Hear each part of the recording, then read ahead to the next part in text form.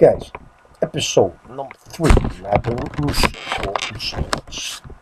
Now, in episode 2 the other day, I had asked you guys to inspire me with some ideas as to what you might like to hear. And I believe I only got one response along those lines, and that was from Victor Negron, my good friend. But I expected nothing less from him, because Victor runs my Bronx crew, and he's done a marvelous job. But Victor wanted to know, as a fellow Yankee fan,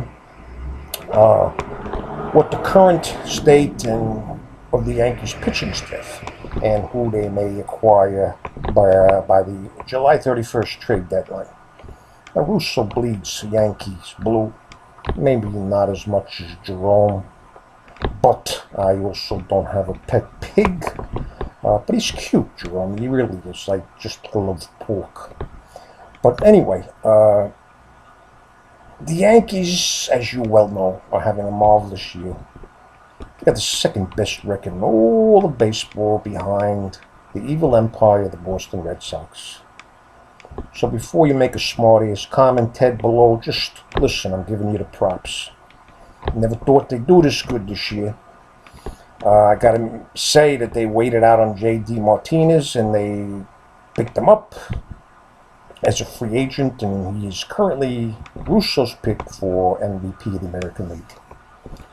So you couple him with Bettis and Bogarts and Benintendi, the 3 Bs, and you got Rafael Devers, and I mean, again, their hitting is just as good as the Yankees. Not as much power, but hey. Their pitching is a little suspect, but better than the Yankees. I mean, let's face it. You're starting off maybe with also argumentatively one of the best pitchers in baseball with Chris Sale. He's lights out. You got a decent pitcher in Rick Porcello.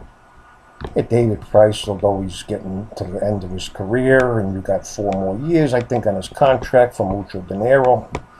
Can still pitch a good game here and there. This guy Rodriguez, hey, very impressive for a young guy, but I think that they knew that all along, so he's there. So what I'm getting at is basically your pitching is going to hold up, your hitting's there, and that's where you have the slight edge over the Yankees right now. Unless there's injuries, guys, because injuries happen. I mean, they just do. I mean, look at the Yankees. Gary Sanchez got a hamstring. Hopefully that's not super serious. Torres, he pulled something too, so precautionary, they put him on the DL. But it can happen. Suppose it would be longer, and it can happen to your Red Sox too.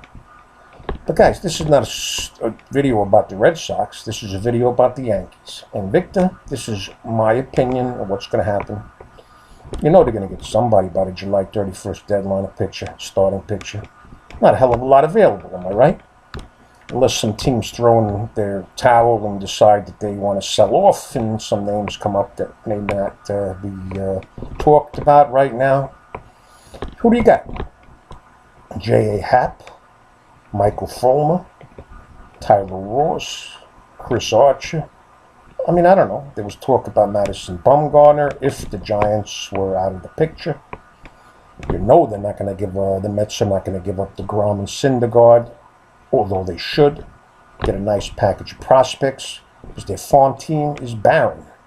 And they draft like shit, and whatever position players they might have to make them better are still a few years away. And, so again, get a package, just like the Yankees did. Sell off some players, and, well, you never know. It's not going to happen. I'm not going to trade to the Yankees. So you got to make a decision. Is anybody out there better than what you have right now, and who do you got to give up to get them? I'm still going to get somebody. I just don't know who it is. I like Chris Archer. I would try to get him, but hey. But anyway,